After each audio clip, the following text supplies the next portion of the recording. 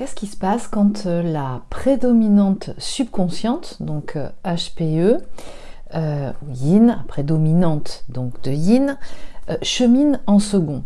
Quand elle entre dans le processus d'éveil de conscience, bien caractéristique de l'expérimentation de ce couple universel, donc ce couple alchimique, qu'est-ce qui se passe en elle? Qu'est-ce qu'elle ressent? Qu'est-ce qui se passe jusqu'au moment où ce qu'on identifie comme la nuit noire de l'âme va se manifester? Je vous rappelle ce webinaire qui a lieu et qui est prévu jeudi 20 avril, donc jeudi prochain à 19h30. Pour vous inscrire, c'est sous la barre d'infos. Vous allez dans l'espace du site internet, webinaire et atelier, et vous trouverez donc ce webinaire dans lequel, justement, suite à la série de ces 4 vidéos, on va aborder le sujet, et c'est sous forme de questions-réponses, après avoir vu et intégré l'information de ces vidéos qui sont précisément sur l'identification de la notion de premier cheminant, second cheminant, d'identification de prédominante, de polarité, de départ. Quelle est l'importance de voir tout ça et de rentrer dans le détail de tout ça pour la qualité d'avancement en fait sur votre chemin. Donc venez, je vous y attends dans ce webinaire, jeudi 20 avril à 19h30. Inscrivez-vous, l'inscription est obligatoire. Venez y participer du coup pour poser vos questions, pour échanger. Alors vous pouvez aussi m'envoyer vos questions à l'avance sur mon adresse mail, que vous trouverez aussi en barre d'infos, ou venir les poser durant ce temps d'échange. Ce nouveau format de webinaire, donc qui est différent du format de visioconférence, vous permet de rester, si vous le souhaitez, en discrétion, c'est-à-dire en communiquant et en échangeant sous forme de chat, tout en étant en contact direct dans un temps d'échange avec moi, puis avec aussi d'autres personnes, mais l'idée c'est avec moi, et pouvoir poser des questions si vous souhaitez approfondir certains sujets. Voilà, donc je vous y invite, je vous y attends nombreux, et ce sera un grand plaisir pour moi de vous y retrouver. Donc jeudi 20 avril à 19h30. Alors, on va commencer très rapidement à identifier ce que ça veut dire second cheminant dans l'expérimentation de ce couple universel, donc ce couple alchimique, et puis les caractéristiques du mode de fonctionnement, du mode opératoire, de sa façon de percevoir le monde et d'y être sensible, caractéristiques de la prédominante subconsciente, donc de la prédominante de yin, qu'on peut aussi identifier dans les caractéristiques de haut potentiel comme haut potentiel émotionnel, donc qui manifeste des caractéristiques de forme d'intelligence conscience beaucoup plus neurodroitière. Voilà.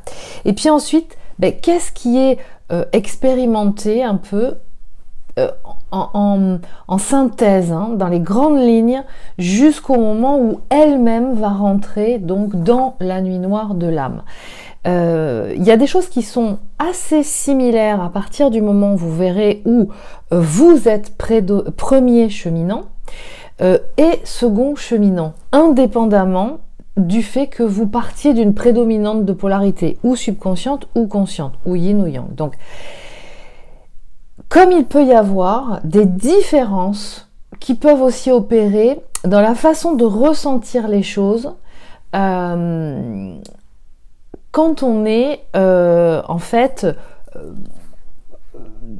au niveau quand on part au niveau d'une prédominante de polarité, il y a des choses similaires qu'on va ressentir, peu importe qu'on soit premier de cordée ou second de cordée, parce que c'est caractéristique à la prédominante de polarité, et ça permet d'identifier effectivement le challenge et le chemin qui correspond à ces formes d'intelligence conscience qui appellent à être développées, parce que c'est de ça dont il s'agit.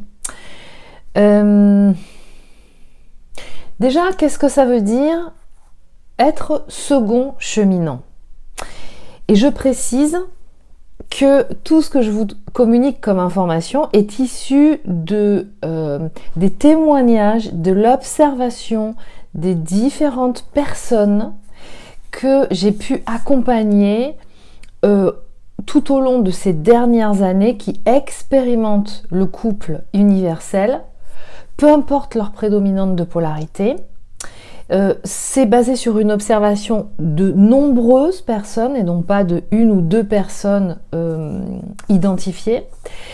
Et que ce que je vous communique n'est absolument pas, ne sont pas des injonctions, ne sont pas une théorie à la lettre qui doit se passer comme ça, mais plutôt un profil type qui peut avoir plusieurs variables, bien entendu, puisque chaque personne est complètement unique, d'accord, selon son expérience, ce qui a déjà été un peu équilibré en elle avant cette expérimentation de couple et autre chose. Donc, je vous invite vraiment à tenir compte de ça. C'est destiné à vous donner un maximum d'informations pour vous aider à y voir clair. Peut-être que vous ne cocherez pas toutes les cases, vous concernant ou concernant l'autre personne à laquelle vous pensez.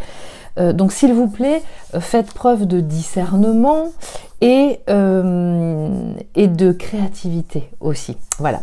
Alors, qu'est-ce que ça veut dire être second cheminant dans l'expérimentation de ce duo? Ça concerne l'entité de la dyade qui reconnaît le caractère spécifique et extraordinaire de ce lien, mais bien après son complément universel, et qui expérimente la nuit noire de l'âme après lui ou elle.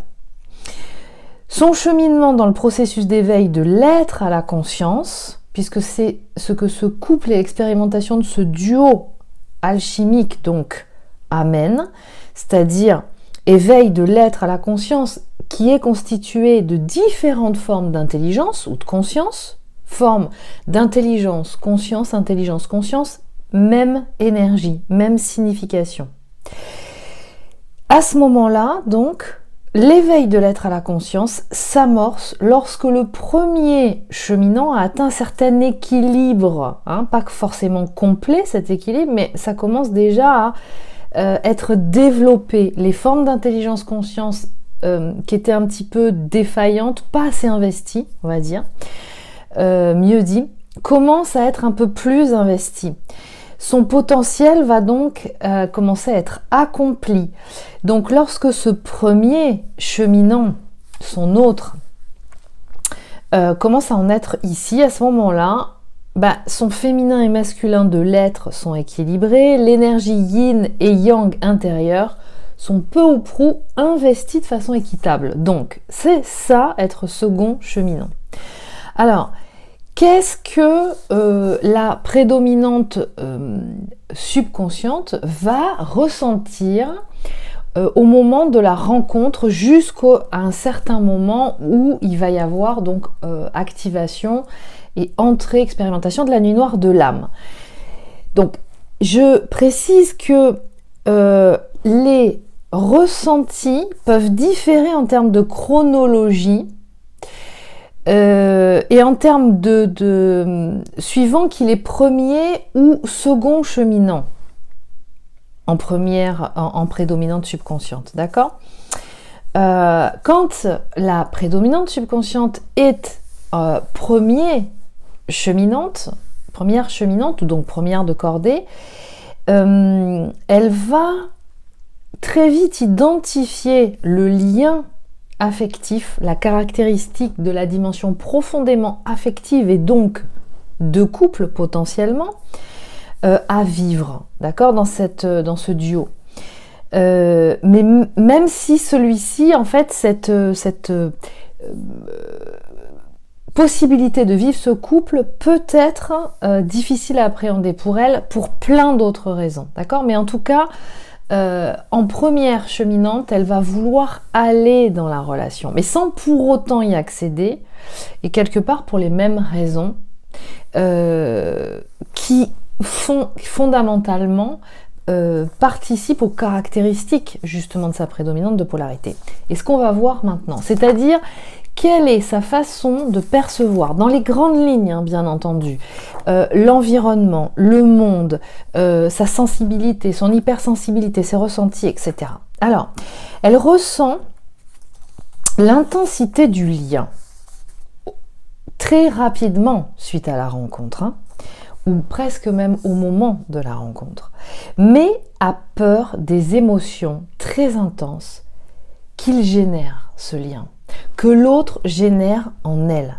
Elle peut en avoir les signes et synchronicités au travers de rêves ou d'autres types de perceptions très on va dire intangibles, d'accord, de flash visuel, de ce qu'on pourrait appeler des perceptions médiumniques, bien avant la rencontre.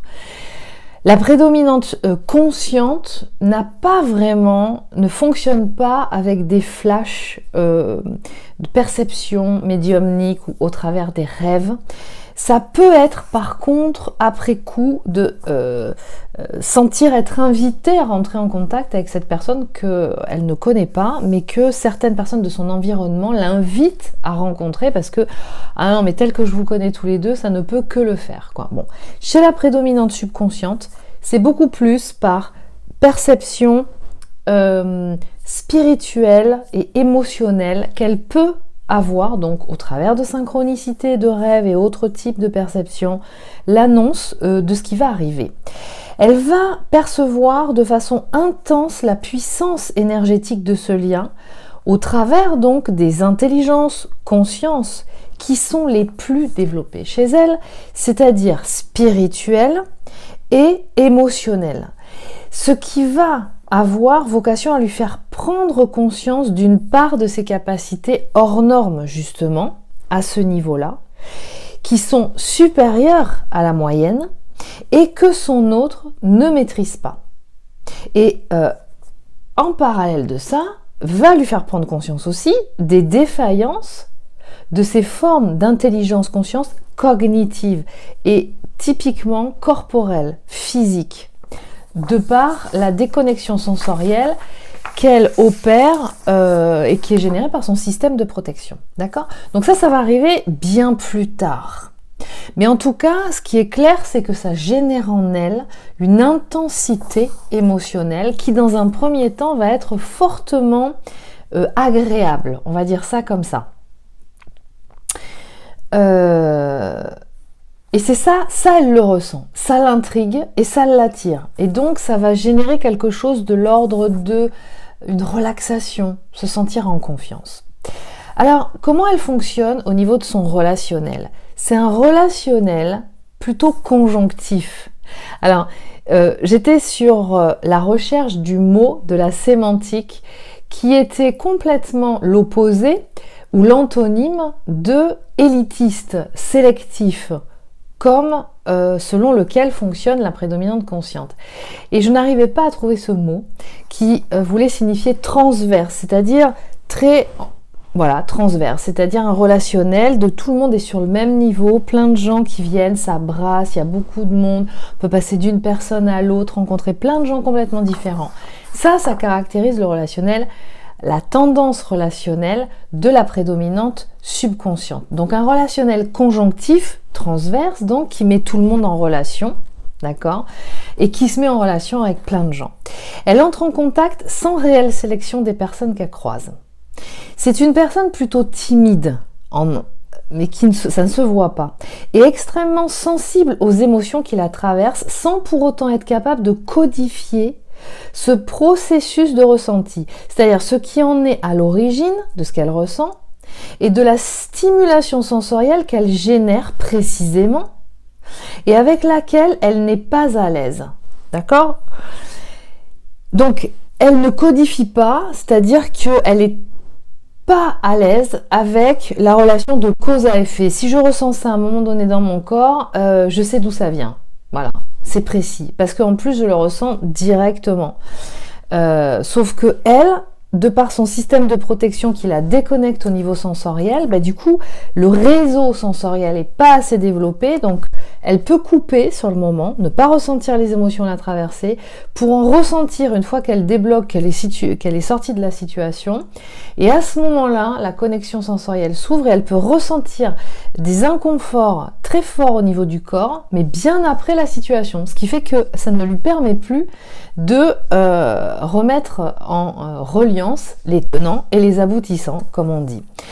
Son processus de défense, donc, ça agit en limitant, voire donc coupant à certains moments, donc sa connexion sensorielle, afin de ne pas ressentir les émotions traverser son corps. Donc, elle passe son temps à éviter d'être traversée par les émotions, car elle se sent alors envahie par ces sensations, qui peuvent l'amener à se mettre dans des états difficilement gérables pour elle. C'est-à-dire être traversée par une émotion d'une très très grande intensité qui génère beaucoup de contractions chez elle, donc ce qu'on peut identifier comme une émotion négative, d'accord, c'est la fin de tout. C'est-à-dire, elle a la sensation que son corps est au bout de sa vie, c'est vraiment ça. Se couper de sa sensorialité, c'est l'assurance de ne pas ressentir de trop fortes sensations inconfortables lors de ces expériences de vie. Ce système de protection fonctionne de la sorte depuis très jeune. Ainsi, son intelligence corporelle n'est pas assez développée du coup, puisqu'elle passe régulièrement son temps à se déconnecter au niveau sensoriel. Alors pas tout le temps, hein, bien entendu, mais très régulièrement.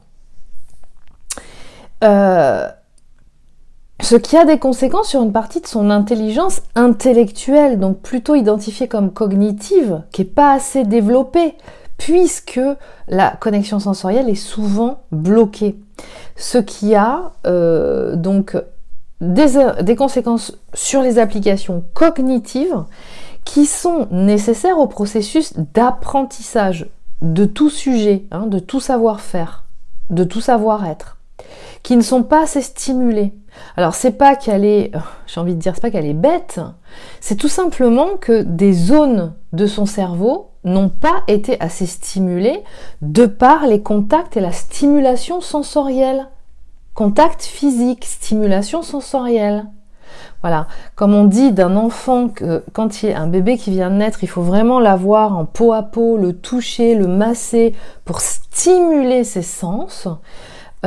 Parce que ça contribue à son développement cérébral et donc à développer cette capacité sensorielle à capter les signaux dans l'environnement, pour être capable d'identifier au niveau de la matière, de l'environnement physique, ce qui se passe en fait. Hein. C'est le baromètre, tout simplement. Donc, tout ce qui est mémoire vive, stimuli sensoriels et appréhension corporelle dans l'espace et de l'environnement n'est pas assez stimulé, n'est pas assez développé. Donc elle fonctionne beaucoup à l'intuition et non à l'instinct. D'accord ? Elle est essentiellement visuelle dans sa perception des choses, en termes de mémoire, et conceptuelle dans sa réponse aux problématiques de vie.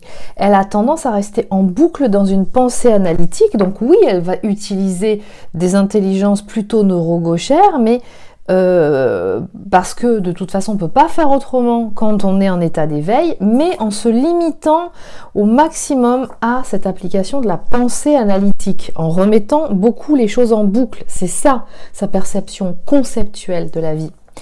C'est de l'imagerie basée sur de la théorie de comment on répond à une problématique de vie avant de rentrer dans l'expérience. Donc, elle va avoir tendance, de ce fait, à rester en boucle dans une pensée analytique pour l'élaboration de solutions face à des problématiques du quotidien, hein, à tout niveau de problématique. Ce qui l'amène régulièrement à se renfermer sur elle-même en face d'une problématique. Elle se coupe et elle réfléchit en attendant d'avoir la réponse intellectuellement, conceptuellement. Et donc, elle va s'éloigner de la réalité des conditions de vie En ça, elle n'est pas assez pragmatique. C'est-à-dire qu'elle ne va pas se servir des expérimentations, et donc pour ça, il faut rentrer dans les expériences pour avoir un certain nombre de réponses. Elle ne va pas pouvoir se servir des réponses apportées par les différentes expérimentations qu'elle aura manifestées pour pouvoir lui apporter des réponses à ces problématiques. Donc, elle n'est pas prioritairement pragmatique et sa perception du monde ne se base pas sur l'observation des conditions présentes lors des expériences. C'est-à-dire qu'elle n'est pas capable d'identifier si ça s'est bien passé la dernière fois ou si ça s'est passé comme ci ou comme ça. Eh bien, c'est aussi parce que j'ai remarqué qu'il y avait telle variable dans l'équation, et puis telle autre, et puis machin était présent, et puis truc était là, et puis en même temps il faisait beau, et puis il faisait 30 degrés, et puis il n'y avait pas trop de soleil non plus, donc ce qui a contribué à faire que le résultat était X ou Y. Mais sauf que si je veux réitérer l'expérience pour rechercher le même résultat, eh bien si les conditions ou une variable dans l'équation conditionnelle donc est différente, ça pourra donner un résultat différent. Voilà comment fonctionne la matière, la réalité. Donc, elle a du mal avec ça. Elle est très théorique et conceptuelle. Elle pense donc que si quelque chose a fonctionné ou pas, cela se reproduira systématiquement de la même manière à chaque fois. Ce qui fait d'elle une personne à tendance aussi fataliste. C'est-à-dire, grosso modo, c'est comme ça, c'est toujours comme ça que ça se passe. Et ça va être, on peut pas changer quoi. Alors qu'en fait, c'est pas la réalité. Elle est extrêmement sensible aux énergies et sources d'informations subtiles, intangibles, donc les formes pensées, la vibration et le subconscient, avec la banque de données mémorielles que contient le subconscient de chaque individu, d'un subconscient collectif aussi, aux ondes électromagnétiques, mais sans en être pour autant consciente de cette hypersensibilité. Pour elle, tout le monde ressent les mêmes choses. Et ça, c'est ce qui va lui jouer des tours pendant longtemps. Et ça, elle va découvrir, elle va identifier sa caractéristique de grande capacité, ultra compétence à capter des informations particulières, bien après. Ça va arriver effectivement à un moment donné, bien souvent au cours de la nuit noire de l'âme. Là, elle va accueillir l'information, elle va faire avec. Mais jusqu'à présent, en fait, elle fonctionne comme si tout le monde était comme elle. Et c'est bien là une de ces grosses problématiques, justement. Ce qui est à l'origine de l'injustice, du coup, et de la sensation de rejet qu'elle ressent à certains moments, qu'elle a pu ressentir régulièrement de la part de personnes ou de situations de vie. Elle a tendance à se sentir régulièrement inconfortable en contact avec des gens ou en situation dans des lieux, mais sans en comprendre l'origine. En vivant de la part des gens un rejet, une incompréhension, je suis pas accueillie, je suis pas écoutée, et en vivant et en interprétant leurs réactions comme une explication de son illégitimité. C'est-à-dire que si on ne m'écoute pas, si on ne me fait pas cas, si on ne me trouve pas intéressant, c'est qu'en fait, je suis nulle. Je n'ai pas ma place ici, je ne comprends pas le sens de tout ça. De ce fait, elle manifeste beaucoup d'intolérance. Ça, c'est sa tendance. Au bruit, aux odeurs, à la lumière, à l'intonation de la voix d'une personne, à son attitude physique, à son contact physique. Donc, régulièrement, elle va se sentir intrusée par toutes ces sensations. Encore une fois, due à son ultra compétence dans ce qu'on peut caractériser comme une hypersensibilité à ces plans d'information émotionnelle, donc, qui est au niveau énergétique, et spirituel, c'est-à-dire tout ce qui est non manifesté, intangible, des banques d'informations, des banques de données, champs quantiques, etc., etc. Dans le cadre d'une relation engageante, comme celle du couple, et je précise que le couple est la relation la plus engageante de la vie de chacun. C'est vraiment la plus engageante, celle du couple. Donc, c'est normal de ressentir une très grande intensité émotionnelle. Relation de vie la plus engageante, qu'est le couple, ou familiale, elle peut ressentir une relation engageante au travers d'une relation familiale ou amicale. Elle a besoin de réaliser des activités ou projets seule, ou en association avec d'autres, mais sans que l'autre y participe, son autre du coup.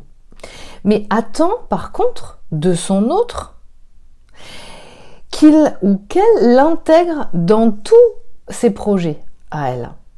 Donc, elle est régulièrement traversée par une forte jalousie ressentie de l'autre, de ce qu'il fait avec d'autres personnes sans elle, ou de ce qu'il sait accomplir contrairement à elle, sans véritable explication. Il y a quelque chose de cet ordre-là qui est très puissant en elle, qui naît au contact de son autre, ce qui a tendance à lui donner à ressentir une forme de dépendance affective très très forte en contact avec cet autre, qui active du coup une peur profonde de perte de liberté et d'être complètement dépendant de tout ce que fait, dit ou ne dit pas ou son autre. Alors, ceci dit, de ce sentiment-là, de cette sensation-là, qu'elle peut ressentir, pas systématiquement, mais à certains moments, qui fait régulièrement surface avec son autre, elle en ressent une grande honte.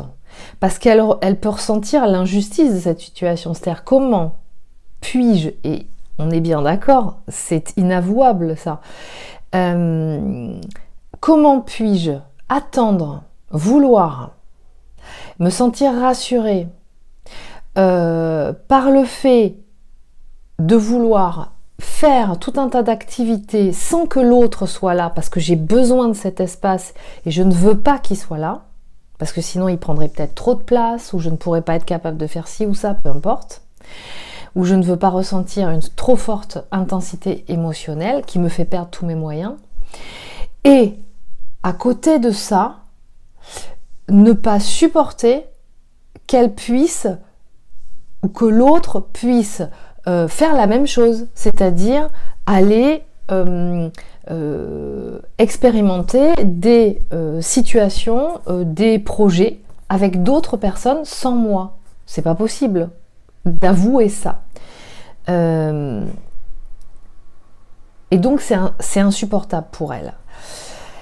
C'est très ambivalent et ce sont des émotions qui la traversent et qu'il lui est insupportable de pouvoir exprimer de peur de l'image que ça renvoie d'elle.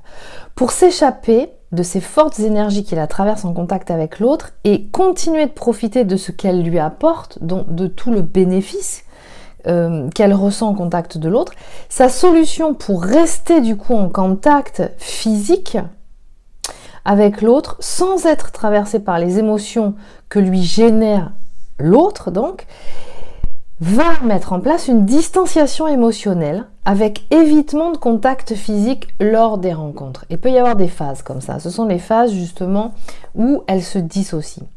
Elle a une grande capacité à être en contact à distance avec l'autre ou avec les autres. C'est-à-dire qu'elle est capable de ressentir toutes les sensations et ce que quelqu'un fait en se connectant à elle, en y pensant. Ou alors quand elle en est complètement investie, c'est-à-dire quand l'autre vient le submerger. Ce qui fait que du coup, rester à distance pour elle, c'est pas la même distance vécue que pour une prédominante consciente. Or, la prédominante consciente, elle est complètement comme un aveugle qui évolue dans un environnement pour en identifier tous les détails quand elle est à distance physique. Et c'est ce qu'elle va avoir à développer justement, cette capacité de capter toutes les banques d'informations qui peut être captable, accessible, même à distance. Donc ça, c'est au travers des formes d'intelligence spirituelle et émotionnelle qu'on est en capacité d'accéder à ce genre d'informations. Donc, elle va favoriser cette distanciation physique, la prédominante subconsciente, pour se sentir plus en confort. Et à un certain moment, et à des moments réguliers, elle va générer cette distanciation quand elle commence à être submergée par les sensations. C'est sa façon de gérer les situations. C'est sa façon, la prédominante subconsciente, de gérer les fortes sensations émotionnelles qui la traversent au contact des personnes avec lesquelles elle est ou dans des lieux dans lesquels elle se trouve. Donc, et ça génère une autre façon d'être en contact, mais qui ne correspond donc pas du tout à celle de la prédominante consciente. Donc à ce moment-là, ça commence un petit peu à être pas compris du tout de l'autre côté, chez son autre de prédominante consciente. L'expression de l'émotion qu'elle ressent à l'autre lui est très difficile, voire impossible. C'est très compliqué pour une prédominante subconsciente, voire impossible, jusqu'à un certain moment, bien entendu, parce que la nuit noire de l'âme va amener une réforme totale.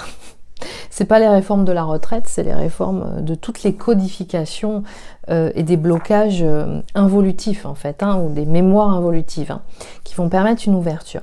Donc, elle éprouve une honte de ce qu'elle ressent.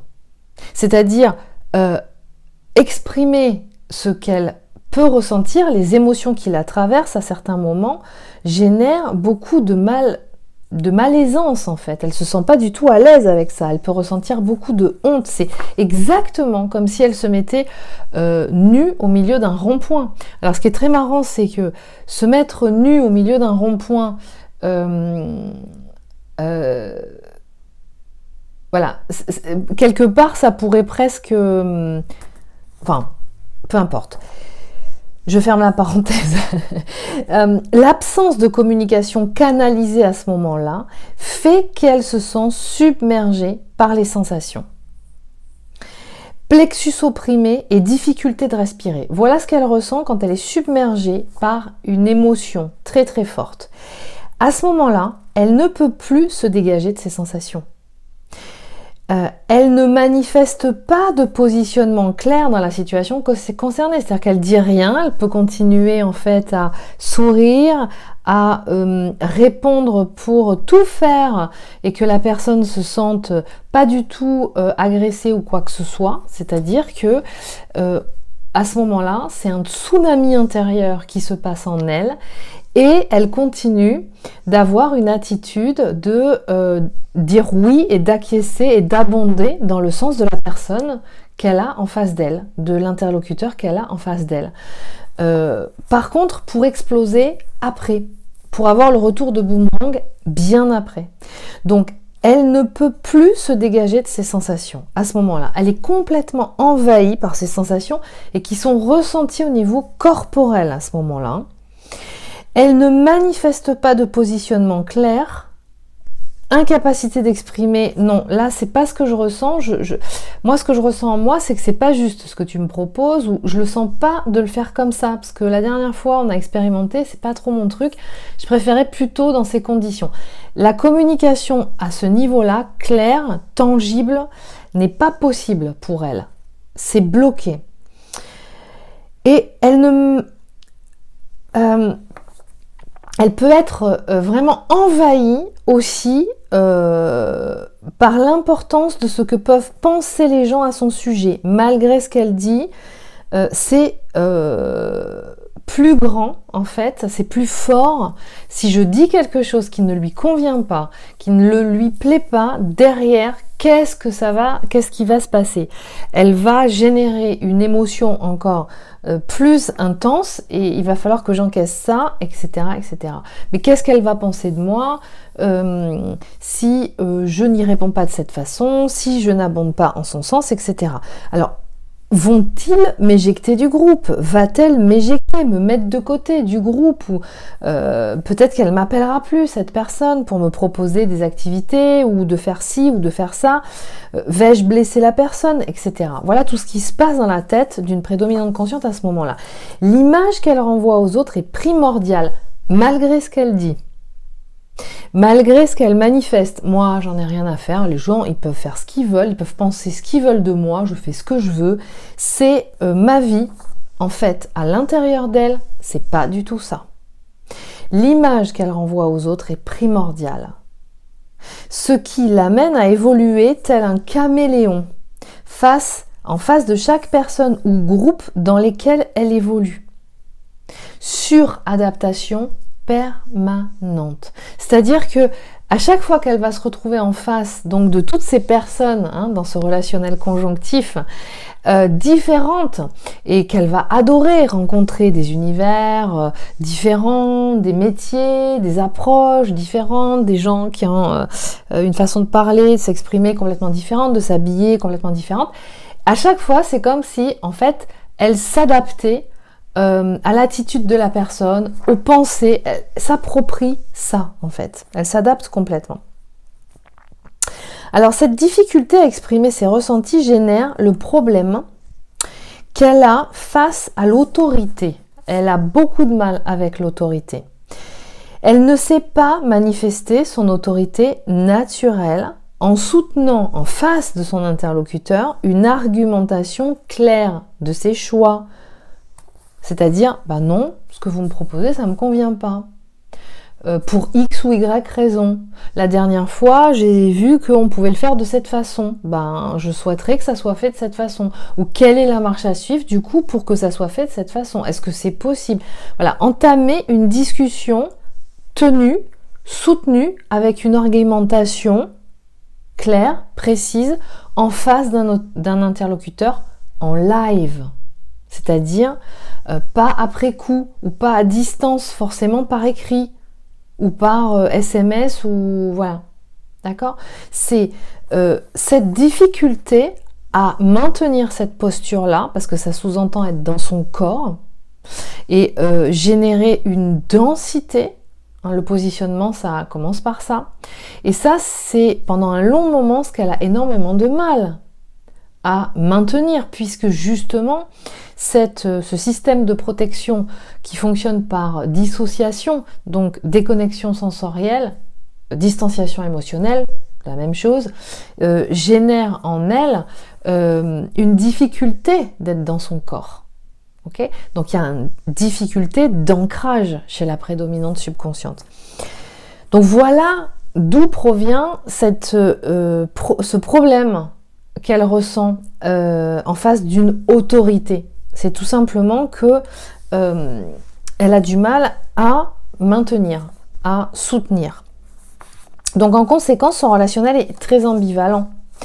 C'est conséquence de sa façon de fonctionner, c'est-à-dire qu'elle se sent à la fois libérée de ses peurs en pratiquant des relations non engageantes, dites légères ou superficielles, comme certains disent, qui lui permettent de ne pas avoir à se dévoiler de façon authentique, mais de se montrer sous un aspect politiquement correct. La meilleure stratégie en ce sens, ça reste la diversité des contacts avec lesquels il n'est pas nécessaire de rester une trop longue durée et dans des univers qui ne se mélangent pas. Donc les gens ne vont pas se rencontrer. Donc forcément, ils ne vont pas partager les informations concernant la personne de prédominante subconsciente. Donc elle oscille entre phases de contacts divers et périodes d'ascèse sociale au cours desquelles, dont elle a besoin, et au cours desquelles elle peut ressentir un manque cruel de confiance en elle, qui l'empêche d'entreprendre quoi que ce soit. Donc ces phases d'ascèse sociale, ça peut être soit parce qu'effectivement, cette hypersensibilité spirituelle, émotionnelle, la fatigue énormément, et donc elle a besoin naturellement d'espace, de tranquillité dans son univers, sans sollicitation, pour pouvoir justement se sentir fou, se relaxer en fait, tout simplement. Et en même temps, effectivement, ces phases d'ascèse sociale peuvent être aussi le résultat de périodes où elle est vraiment en forte conflit intérieur, friction intérieure, d'accord? C'est-à-dire quand elle est submergée par certaines émotions. Et donc, il y a vraiment un manque profond, cruel de confiance en elle. Lors des interactions, donc, ce que je vous disais, son hypersensibilité énergétique et éthérique l'épuise. Mais voilà, elle s'en rend pas compte. Elle s'en rend pas compte. Elle n'a pas identifié comment elle fonctionnait et qu'il était important de se protéger de tous ces stimuli extérieurs, et puis en même temps qu'il y a des gens qui ont bien identifié toute l'énergie et toute la puissance dont elle est capable et qui viennent en profiter. Donc sa capacité de dissociation l'empêche de capter une partie des informations disponibles sur le plan physique et mental concernant une situation ou une personne. Il lui manque une partie des informations. Et donc elle va faire qu'avec certains plans d'informations concernant une personne ou une situation. Donc elle a une approche globale qui met tout le monde au même niveau dans son relationnel. Elle perçoit donc le monde, le mode relationnel de la prédominante consciente à un moment donné, au bout d'un certain temps, comme élitiste et peut à certains moments la ressentir ou la décréter comme froide, autoritaire, hautaine.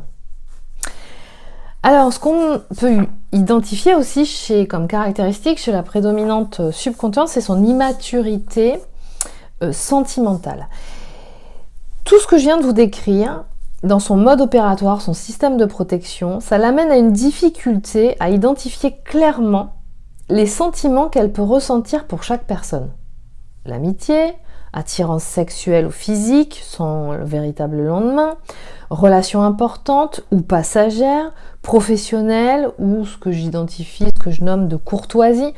Elle passe son temps à éviter de ressentir des émotions inconfortables, d'où sa volonté à tout prix de relations fluides et harmonieuses, comme elle dit. Pour elle, les relations amoureuses doivent être confortables. Or, la relation de couple, d'amour donc, est celle qui est la plus engageante. Ça signifie que derrière, il y a une intensité émotionnelle qui est la plus forte. D'accord ? Donc vous en déduisez par vous-même que si on passe son temps à vouloir des relations fluides et harmonieuses, on va passer à côté de relations d'amour. Pour elle, les relations amoureuses, donc, ça doit être confortable. Donc, ce sont des relations de l'ordre du copinage, en réalité. Et dans ce lien de couple universel, les émotions qui sont ressenties, elles sont de très très grande intensité, des deux côtés. Donc comme son intelligence corporelle est peu développée, elle entretient un rapport ambivalent aussi avec la sexualité. Alors elle peut être soit asexuelle, c'est-à-dire vraiment quand elle peut éviter de pratiquer la sexualité, elle le fait. Problème toujours, connexion sensorielle, contact physique, elle n'est pas câline. D'accord ? Alors ça ne veut pas dire qu'elle n'a pas besoin d'être en contact, mais c'est elle qui en a l'initiative. Elle vient se coller à vous. À partir du moment où vous la prenez dans vos bras, et donc il y a vraiment un geste très particulier, c'est quand vous entourez une personne, que vous contactez dans ce sens-là, tout de suite, elle va se sentir opprimée. Si par exemple vous faites ça avec le dos de la main, là, ça sera complètement différent. Si vous la laissez vous approcher, qui vient se mettre contre vous, mais où c'est elle qui vient et qui peut à tout moment repartir, sans que vous ne l'entouriez ou que vous ne la teniez, et donc forcément la retenir, où elle pourrait se sentir à ce moment-là enfermée, à ce moment-là, si vous la laissez faire comme ça, ça fonctionne. Mais c'est vraiment à des conditions très particulières. Donc elle entretient, elle est dans un rapport à la sexualité, soit asexuelle, soit pourvoyeuse de sensations extrêmes, parce qu'elle a bien identifié que ça générait des fortes émotions d'intensité très, on va dire, relaxante. Et comme elle est hyper tendue, en fait, ben, elle a besoin de ça à un moment donné. Et donc, la sexualité va être un moyen d'accéder à ces sensations extrêmes positives, donc, mais toujours basée sur une approche conceptuelle de la pratique pour accéder au plaisir. Encore une fois, elle n'y accède pas au plaisir au travers des sensations dans son corps. C'est plus au travers, mais encore une fois, elle n'en est pas consciente à ce moment-là. C'est au travers d'une imagerie qui va venir exciter ou mettre en place quelque chose de bien précis dans son corps, mais c'est selon des modalités apprises, soit visuelles, au travers d'une filmographie, d'une imagerie érotique ou pornographique, où elle aura appris l'étape 1, l'étape 2, l'étape 3, l'étape 4, quand on est censé avoir une relation sexuelle avec quelqu'un pour accéder à un plaisir. Et puis à un moment donné, une fois que c'est fait, c'est fait. Il n'y a pas de sensorialité, pas de contact, de câlinage, voilà, c'est très compliqué ça.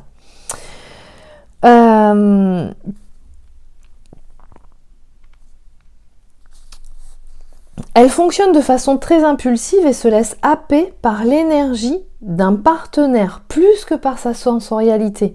Donc ça va être beaucoup sur le visuel, d'accord? C'est-à-dire quelque chose qui l'attire, qui stimule quelque chose de très, on pourrait dire presque pulsionnel et primal, dans la rencontre avec l'autre, qui est plus de l'ordre, vous savez, le cerveau reptilien fonctionne sur un programme qui est que, par exemple, un homme est attiré par la morphologie très particulière d'une femme. C'est pour ça qu'il y a des femmes qui ont beaucoup de succès et d'autres qui en ont moins, d'accord? Tout simplement parce que quand on a, par exemple, une forte poitrine, une taille un peu plus mince, des hanches un petit peu plus larges et des cuisses pas trop maigres, on va dire ça comme ça, eh bien, c'est simplement que, voilà, l'homme est attiré directement vers ça. C'est un programme qui est destiné en fait à les meilleures conditions pour procréer. C'est-à-dire que techniquement parlant, quand une femme a cette morphologie, eh bien derrière ça sous-entend qu'elle est apte et particulièrement convenable pour enfanter, accueillir un enfant, le faire grandir et puis ensuite l'allaiter, s'en occuper par la suite. D'accord ? En tout cas, le porter. Le porter dans des bonnes conditions. Et donc, comme le programme d'un homme est de procréer, donc il y a ce programme-là dans le cerveau reptilien, effectivement, va particulièrement au niveau visuel, alors il y a autre chose dans la sensorialité qui va intervenir, mais au niveau visuel en tout cas, paf, ça va attirer de très loin, une silhouette va attirer son regard et va rentrer dans une attirance qui va amener à une rencontre sexuelle, mais qui est de l'ordre d'un programme de nécessité de procréer. D'accord ?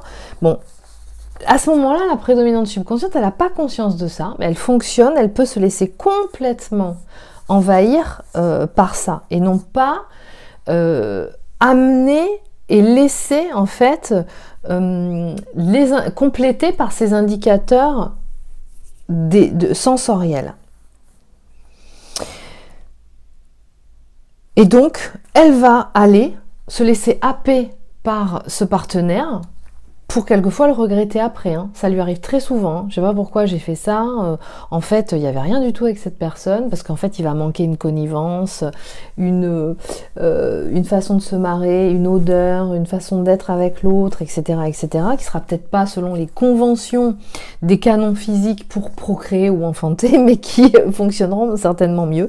Voilà. Donc, en fait, elle se rend pas compte qu'elle est coupée de l'amour.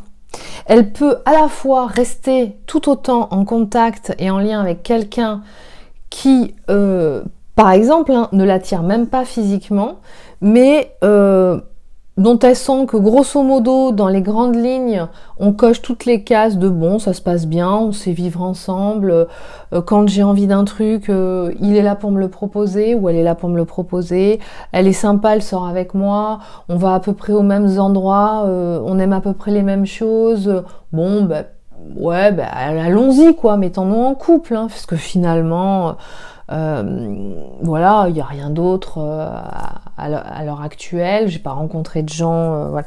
C'est un petit peu ça, elle sait pas vraiment ce que c'est que l'amour, quoi, hein. Mais ce qui provient vraiment de ce fait, de cette ultra volonté, donc c'est son système de protection hein, qui génère ça, que tout soit toujours très neutre, fluide, pas un mot plus haut que l'autre, pas une émotion trop forte en inconfort, etc.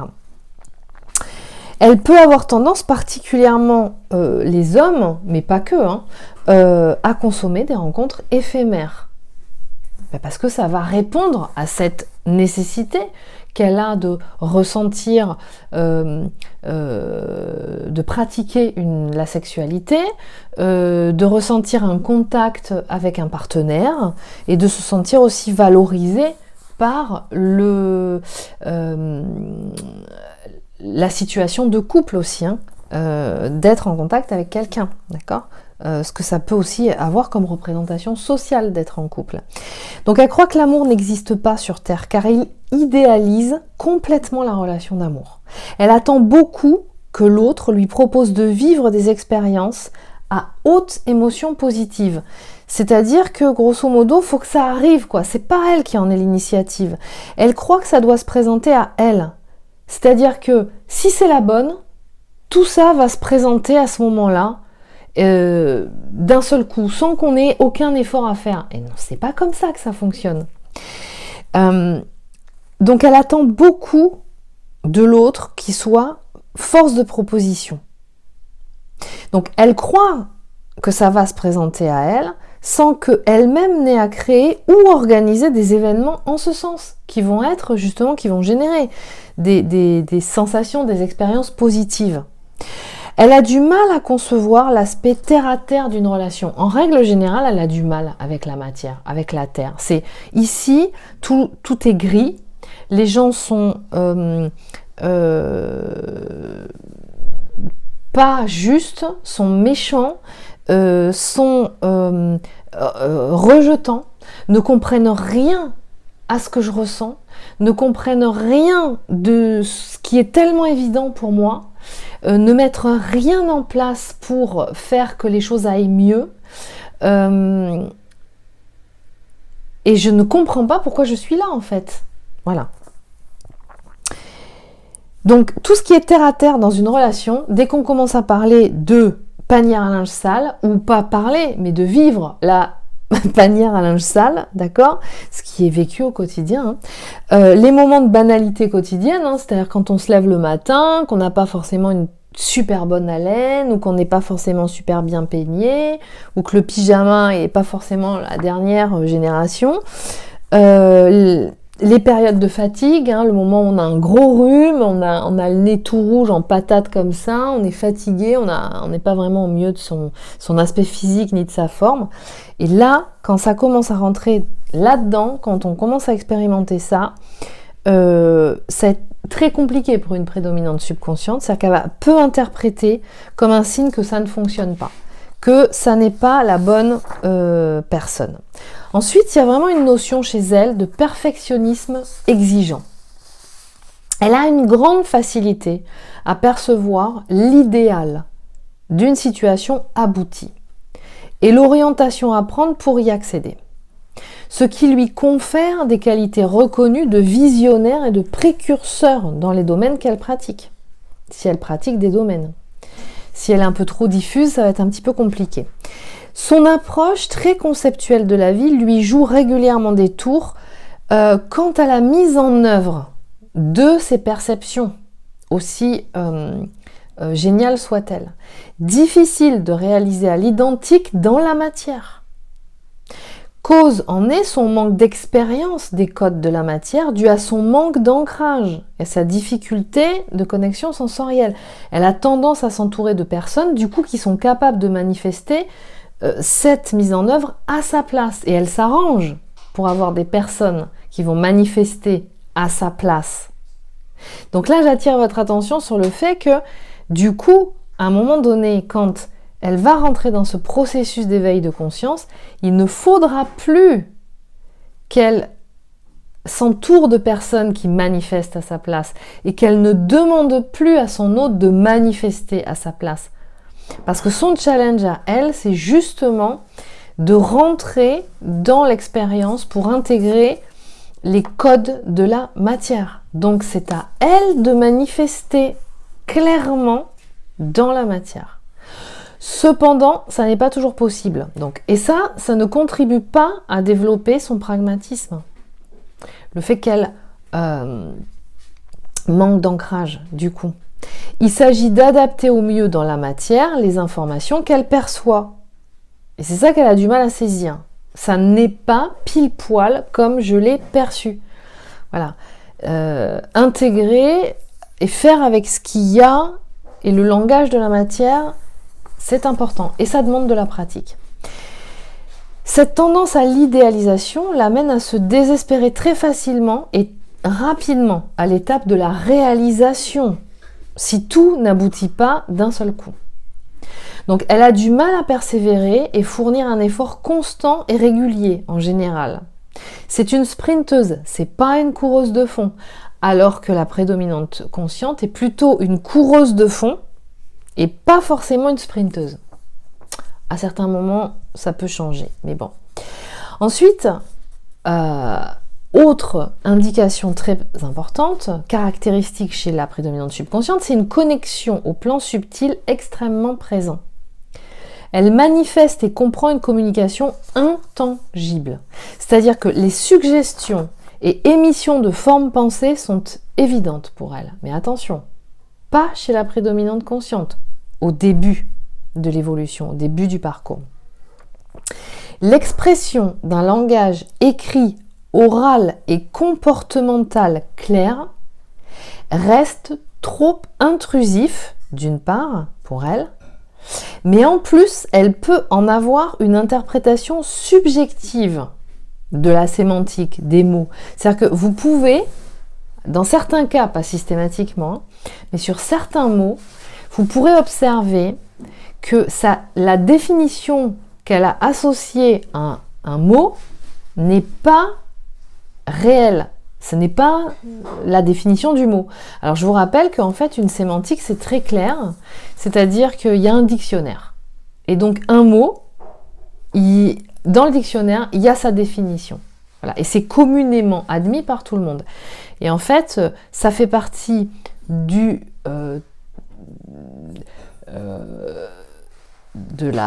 l'objectif du langage, c'est de pouvoir utiliser des mots dont collectivement on en comprend le même sens pour pouvoir être compris.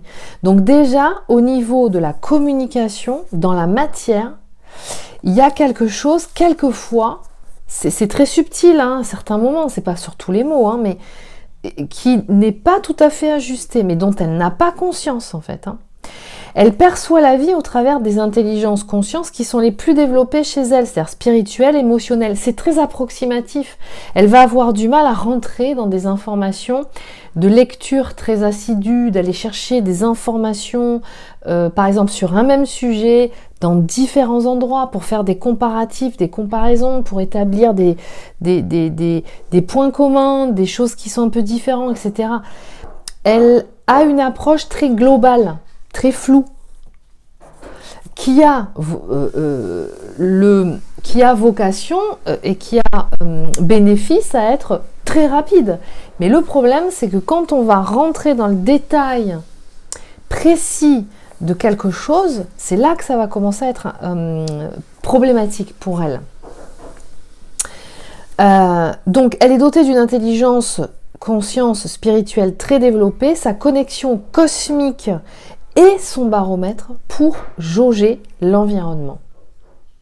Donc, c'est pas le sensoriel, c'est sa captation à un niveau de plan éthérique et énergétique.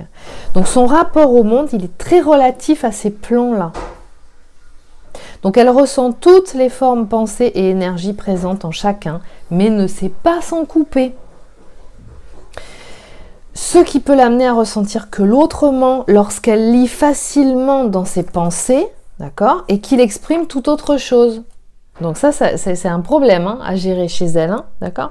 Il lui est difficile de faire la part des choses entre ce qu'elle perçoit sur les plans subtils et ce qui est manifesté dans la matière. Ce qui l'amène à beaucoup être dans l'interprétation de situations et d'attitudes.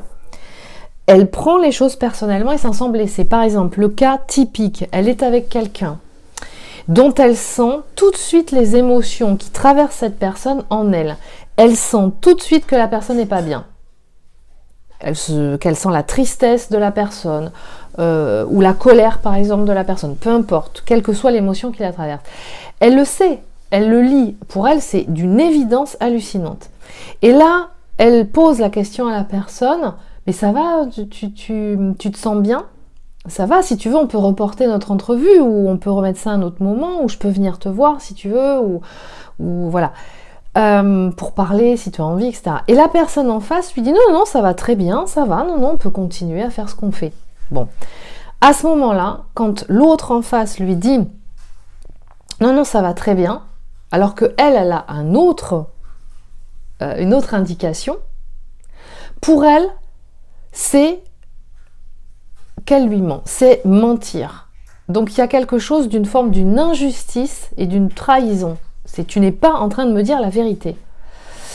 Oui, c'est vrai, c'est clair. Et finalement, ce que la prédominante subconsciente ressent à ce moment-là, c'est la réalité. Simplement, il est une indication supplémentaire à prendre en considération, et ça se joue sur différents plans, c'est que à ce moment-là, la personne, quand elle dit « oui, ça va », c'est tout simplement, peut-être, et souvent d'ailleurs, que ce n'est pas le moment pour elle d'exprimer les émotions qui la traversent et que c'est important de continuer de faire ce qui est en train de se faire ou ce qui avait été prévu de faire. Parce que ça peut aussi contribuer à lui permettre de transmuter aussi l'émotion qui la traverse à ce moment-là. Et donc, quand une personne exprime le contraire de l'émotion qui la traverse, par exemple, quand on lui pose la question si ça va, eh bien, dans ces cas-là, c'est important de laisser la personne gérer si elle ne souhaite pas de mon aide ou de l'aide que quelqu'un lui propose. Non, c'est pas le moment, j'ai pas envie d'en parler maintenant. Ou là, si on continue à faire ça, malgré l'émotion qui me traverse, je suis pas en train de renier cette émotion, mais c'est simplement que en continuant de faire ce qu'on a prévu ou de faire cette activité, eh bien moi, ça me permet de faire baisser la pression. Et c'est ma façon, c'est une façon, en tout cas, de gérer.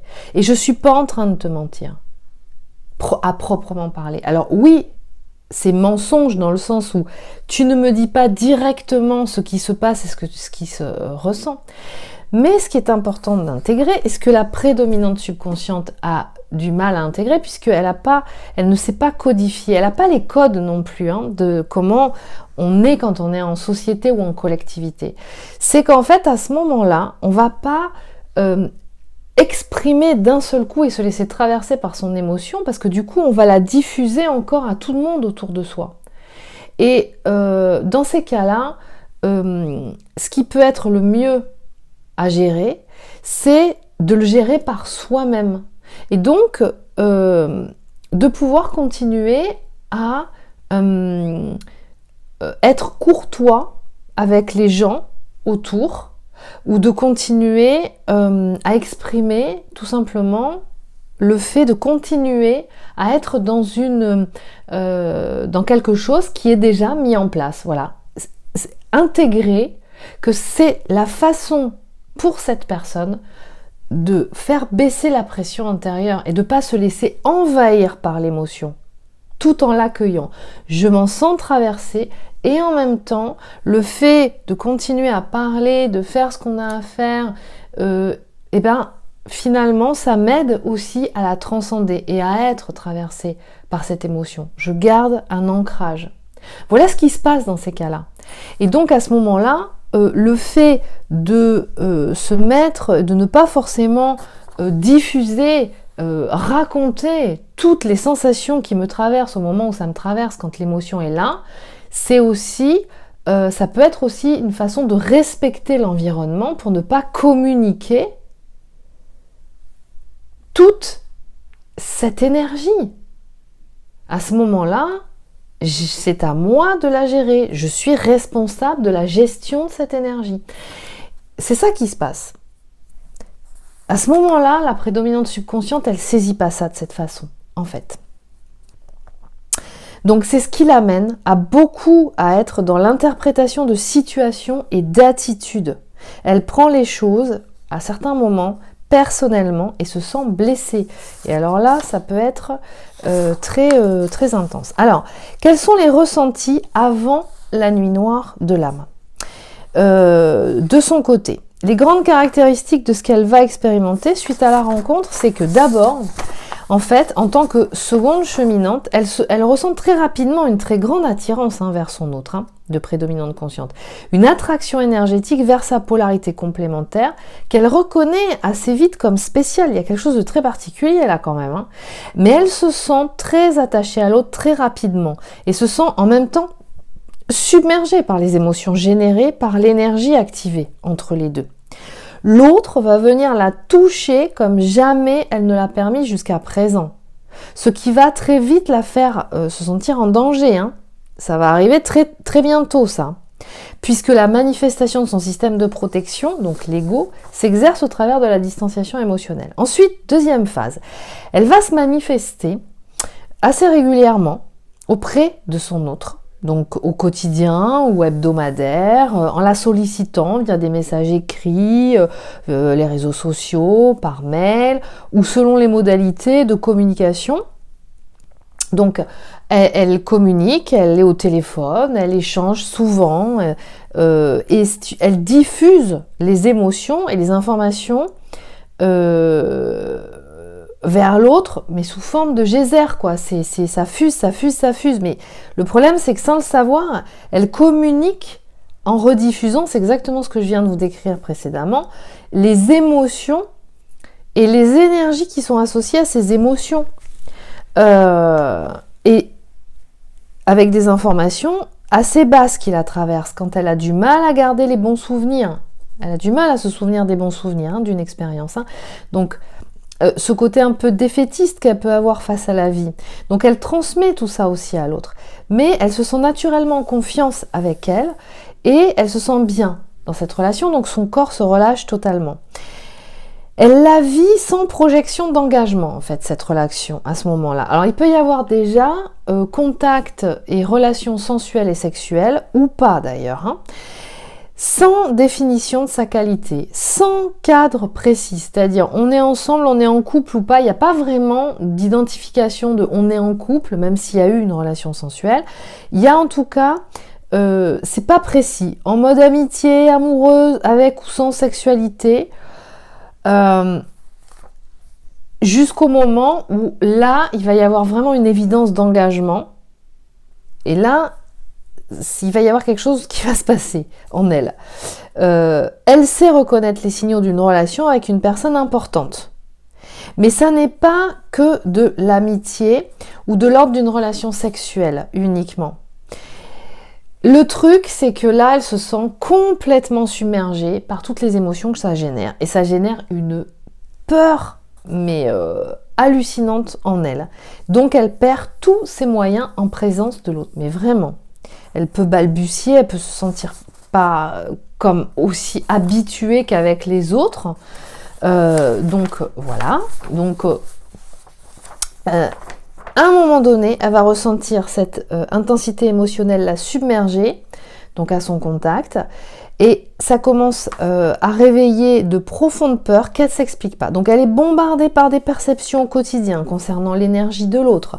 Le ressent à ses côtés constamment, elle s'en étonne. D'ailleurs, parce que jusqu'à présent, elle était vraiment dans des relations très confortables. C'était pas aussi présent tout ça.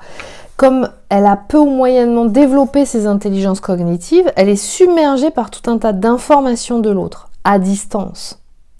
Pour elle, ces informations captées dans les plans invisibles sont donc, on l'a vu, de par l'intensité de leur réception, impactantes. Donc pour elle, c'est vrai. Elle va s'en inquiéter et aller trouver des explications à ces symptômes dans des champs scientifiques ou ésotériques éventuellement. Obsession, érotomanie, folie, parasitage, envoûtement.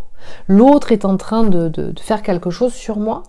Ce qu'elle n'a pas saisi, c'est que sa grande capacité dans ses intelligences spirituelles et émotionnelles lui donne accès à des informations que l'autre ne capte pas. Donc l'autre n'est pas du tout capable de faire des choses à distance. Il n'y a pas cette capacité, la prédominante consciente, pendant en tout cas un certain temps. Elle sent l'importance de l'autre dans sa vie, son système de protection commence à se déclencher là, ça commence à être en alerte, mais sévère, alerte rouge, et il se déclenche, son système de protection, lorsqu'elle ressent l'odeur d'une relation profonde et importante. Donc dans ces cas-là, c'est dissociation à son contact afin de ne pas être traversée par ses émotions, éloigner les moments de rencontre, voire éviter le contact. Elle commence alors à manifester des attitudes complètement différentes d'avant, à certains moments avec son autre, revenant au contact avec détachement, et s'il y a eu par exemple une relation intime, elle peut revenir en mode amie quoi. Elle souhaite ramener le niveau d'échange à celui de l'amitié. Ensuite, la prochaine étape, ça va être commencer à se sentir dominée par l'intensité du lien dont elle n'a pas l'habitude. Elle rentre complètement en panique. Elle préfère être dans des relations dont elle ne souffrira pas l'absence. Elle va donc réagir en reprenant le contrôle de la situation, en dictant les modalités relationnelles sur le ton de l'amitié. Donc son attitude dissociée et sa mise à distance régulière génèrent un auto-sabotage qui pousse l'autre dans une angoisse, donc la prédominante consciente, pour arriver à la meilleure solution, la rupture. Elle souhaite ne pas avoir à l'imposer à son autre, d'où ce processus de distanciation petit à petit. Je vous rappelle qu'elle ne peut pas tenir une conversation en face à face avec quelqu'un. Mais elle s'arrange donc pour la suggérer à l'autre, cette rupture. Et donc, à un moment donné, quand elle arrive, elle se sent enfin soulagée de cette intensité émotionnelle. Soulagée pendant un certain temps. Afin de se sortir de cette situation plus facilement, elle va se retrouver à expérimenter, dans certains cas, c'est assez régulier, pas systématique, mais très régulier, une autre relation. Ou revenir auprès d'un ex-compagnon ou d'une ex-compagne. Elle fait tout pour ne pas ressentir ce que l'autre lui a donné à contacter en termes émotionnels. Quelques semaines passent à ce rythme-là, peut-être quelques mois des fois, mais c'est plutôt quelques semaines, jusqu'à ce qu'elle ressente à nouveau l'attraction, le manque de l'autre. En fait, c'est l'amour qu'elle ressent, mais elle le nomme pas comme ça. Et à ce moment-là, elle va recontacter, remettre en contact, où il va y avoir quelque chose qui va faire que soit elle va venir aux nouvelles, ça va, comment tu te sens, est-ce que tu es bien, elle sent que ça ne passe pas, que l'autre est toujours là, qu'elle pense tout le temps à elle, même en étant avec une autre personne. Et là, elle peut ressentir vraiment avoir commis une grosse erreur. À ce moment-là, la prochaine étape, ça va être, après avoir vécu la première rupture, il va y avoir un échange authentique et profond entre les deux, où elle va pouvoir exprimer à l'autre « Tu es une personne importante pour moi, j'ai commis la plus grosse erreur ou une erreur en te quittant, en te laissant partir. Je te voyais partout où j'allais, quoi que je faisais, tu étais là. » Il y a à ce moment-là un temps d'apaisement qui se donne à ressentir suite à ça. Ça peut durer quelques jours, quelques semaines, ça dépend des duos. Et jusqu'à, à nouveau, très vite, dès que l'engagement devient à nouveau évident, qu'on ne peut pas faire autrement que l'engagement, parce que c'est ce qui est ressenti, en même temps, c'est pas parce que c'est forcé à être, ressentir des peurs profondes qui vont générer à nouveau la prochaine rupture qu'il va pousser son autre, toujours pareil, à acter, ou qu'il va acter lui-même.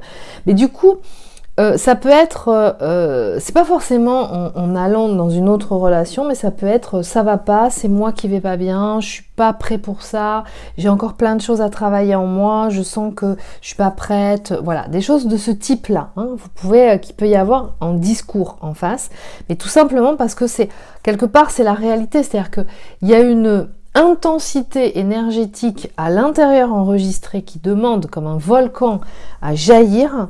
Que ça n'est pas possible de gérer ça. Donc, va maintenir la distance comme elle peut, tout en voulant continuer à être en contact avec l'autre. Donc, en utilisant ce système de protection, comme elle sait faire, tout simplement.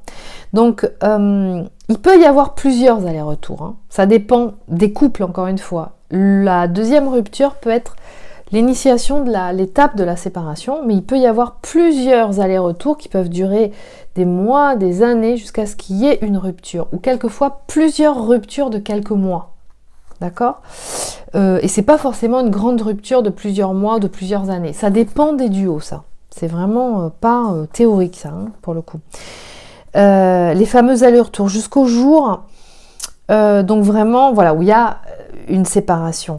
À ce moment-là, donc, c'est la séparation, ça identifie en fait l'entrée dans la nuit noire de l'âme du premier cheminant. Donc là, comme c'est pas elle, de son côté, elle va continuer à vivre sa vie, mais elle commence à ressentir de plus en plus des mémoires à forte charge émotionnelle négative remontées, révélées par l'encodage du génome, par l'âme, activées par la reconnexion. Ça commence à remonter, d'accord ? Mais c'est pas aussi intense parce qu'elle n'est pas encore tout à fait dans la nuit noire de l'âme. Elle va commencer à y rentrer quand déjà son autre aura passé un certain stade de rééquilibrage en elle. Mais elle va continuer de contrôler par le mental pendant tout ce temps. Je vous rappelle que, ou le spirituel, c'est vraiment l'ego au niveau spirituel qui agit elle, au niveau dans son système de protection. Et qui agit en générant des illusions concernant ses ressentis réels. Donc c'est-à-dire qu'elle va s'inventer, elle va se développer des narratifs qui vont correspondre vraiment à tout ce qu'elle, la situation dans laquelle elle s'est mise. Non, je n'aime pas cette personne. Oui, je suis bien avec cet autre. Là, ça me correspond. C'est très bien comme ça. Nous sommes que des amis. Nous ne sommes pas faits pour vivre ensemble, etc., etc., etc. Oui, je peux reconnaître que nous sommes des âmes sœurs spirituelles, mais ça ne vit pas ensemble et ça n'a pas de relation sexuelle, des âmes sœurs spirituelles. Voilà, tout un tas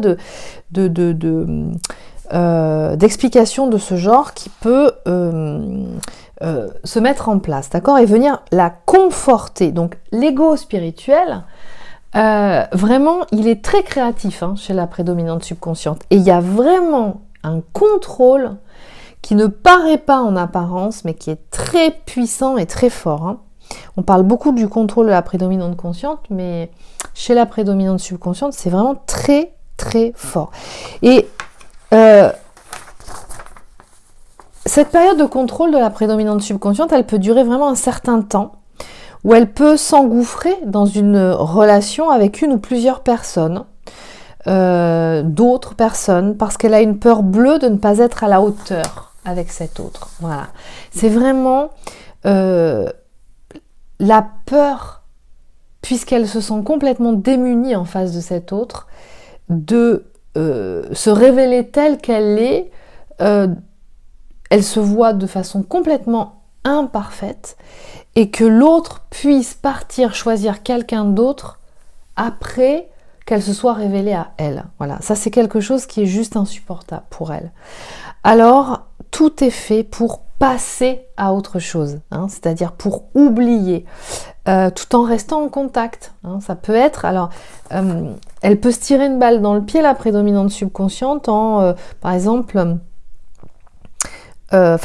voilà, se mettre dans des situations où dès que l'autre est parti et lui a proposé « Ok, je vais faire quelque chose, j'en ai pour 2 semaines, j'en ai pour 1 mois ou 2, je reviens et on se met ensemble parce que pour moi c'est évident que voilà, on se met ensemble. » Et pendant tout ce temps-là, en disant « Oui, c'est bon, je t'attends, t'inquiète pas », peut complètement vriller et s'engouffrer dans une autre relation, se mettre dans une situation dont elle ne pourra pas sortir, alors c'est-à-dire soit effectivement pour une femme tomber enceinte de cette relation, soit s'engager dans un achat de biens, voilà, quelque chose qui va la bloquer, qui va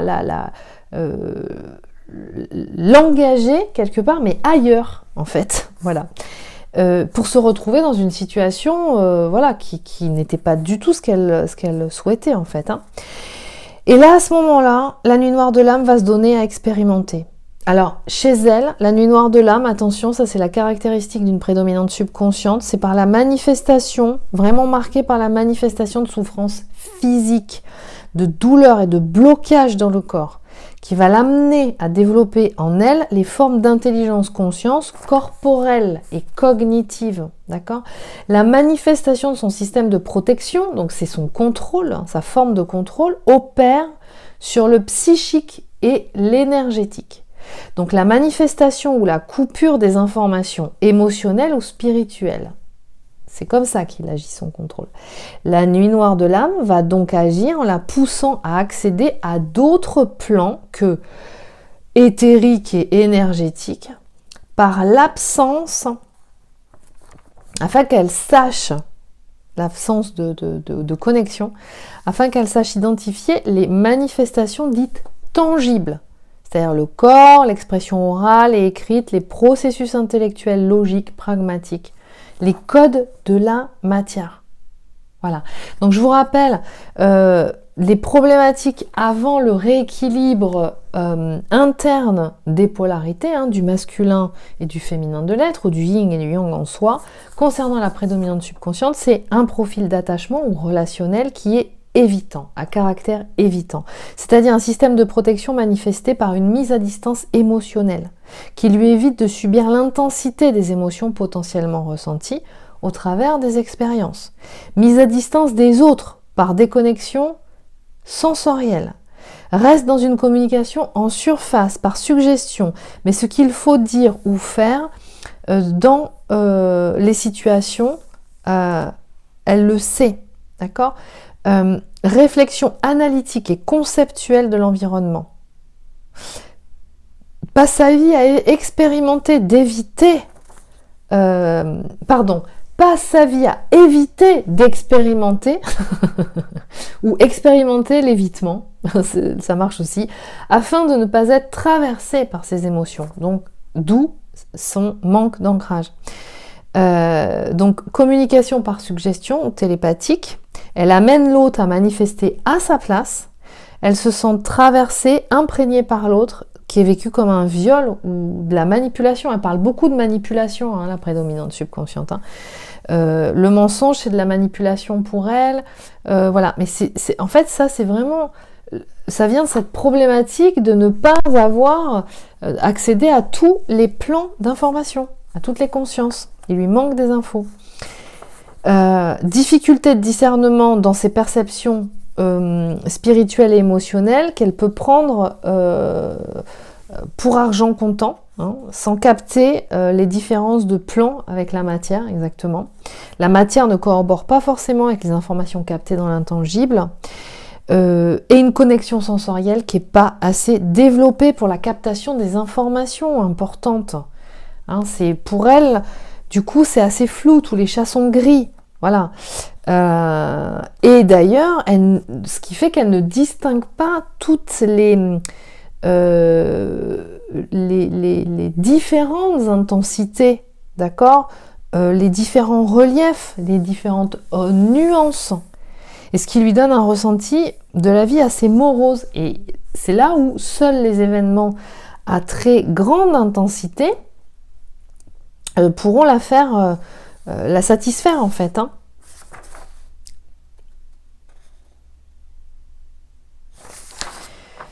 Constamment dans la recherche de rencontres et d'expériences dont la promesse de ressenti très positif est annoncée. Voilà, du moins c'est ce qu'elle croit. Ce qui fait qu'en fait, ce qu'elle se rend pas compte, c'est qu'elle se fuit elle-même. Et puis, elle n'est pas disponible pour cette énergie de duo, de couple, parce qu'il y a une surempathie qui l'amène à prendre en ressenti toutes les charges émotionnelles, les émotions des autres, la vie des autres, se sent apporter du coup, parce qu'elle ressent une solution pour le bien-être des autres. Et donc, elle se responsabilise de la vie des autres dans une action par un comportement qui va venir d'elle. Et donc, elle se sent responsable de leur bien-être, du bien-être de la Terre entière, du bien-être de la Terre. C'est vraiment, elle se sent investie, quoi. Il y a vraiment cette notion-là. Et donc, elle se positionne beaucoup en sauveur de tout le monde, sans limite. Donc, du coup, ça laisse peu d'espace. Voilà. Alors, c'était vraiment une intervention assez longue, très précise. J'espère qu'elle vous sera utile. Et je vous retrouve très bientôt pour des compléments d'information.